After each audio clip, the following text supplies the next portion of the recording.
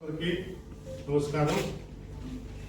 సోమిరెడ్డి చంద్రమోహన్ రెడ్డి రాజకీయంగా 3 సార్లు మంత్రిగా 5 సార్లు ఓడిపోయిన వ్యక్తిగా చాలా రాజకీయ అనుభవం ఉంది. కానీ ముగింపు మాత్రం ఎంత దారుణంగా ఉంటుందని మాత్రం మేము ఇప్పుడు అనుకోలే, ఊహించరా. ఎవరో కూడా మేమే కాదు, ఎవరో కూడా ఊహించరా. ఎందుకంటే పాపం నిన్న ఇజ్రాయెల్ ఆయన పట్ల ప్రవర్తించిన అసభ్య ప్రవర్తన తీరు మాత్రం చూసి చాలా మంది ఈ విధంగా ఉంటుందని మాత్రం దారుణంగా ఎవరు ఊహించరా.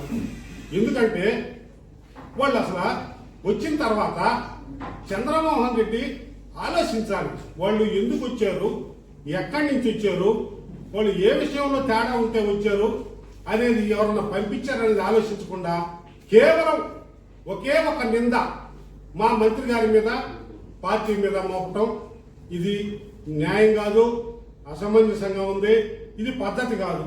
రెండోది, అసలు మా మంత్రి గారు గాన అనుకోనుంటే నువ్వు ఆ మైన్లోకి పోగలవా, ఆ మైన్లో నువ్వు 1 గంట కూర్చోగలవా, నువ్వు కారుకోతలన్నీ కుయ్యగలవా.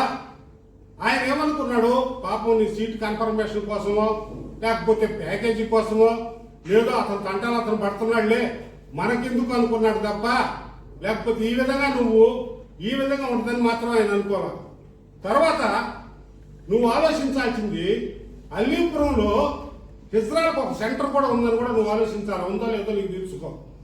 అక్కడ నీకేమేమి సమస్యలు వచ్చాయో, నీకు వాళ్ళకి ఏమైనా నువ్వు ఇస్తానని నువ్వు వాళ్ళకి ఏమైనా ఇవ్వలేదో, లేకుంటే ఎందుకు వాళ్ళు వచ్చారో అనేది నువ్వు ఆలోచించకుండా ఈ విధంగా నువ్వు దారుణంగా అనవసరంగా అసత్య ఆరోపణలు చేయడం అయితే పద్ధతి కాదు.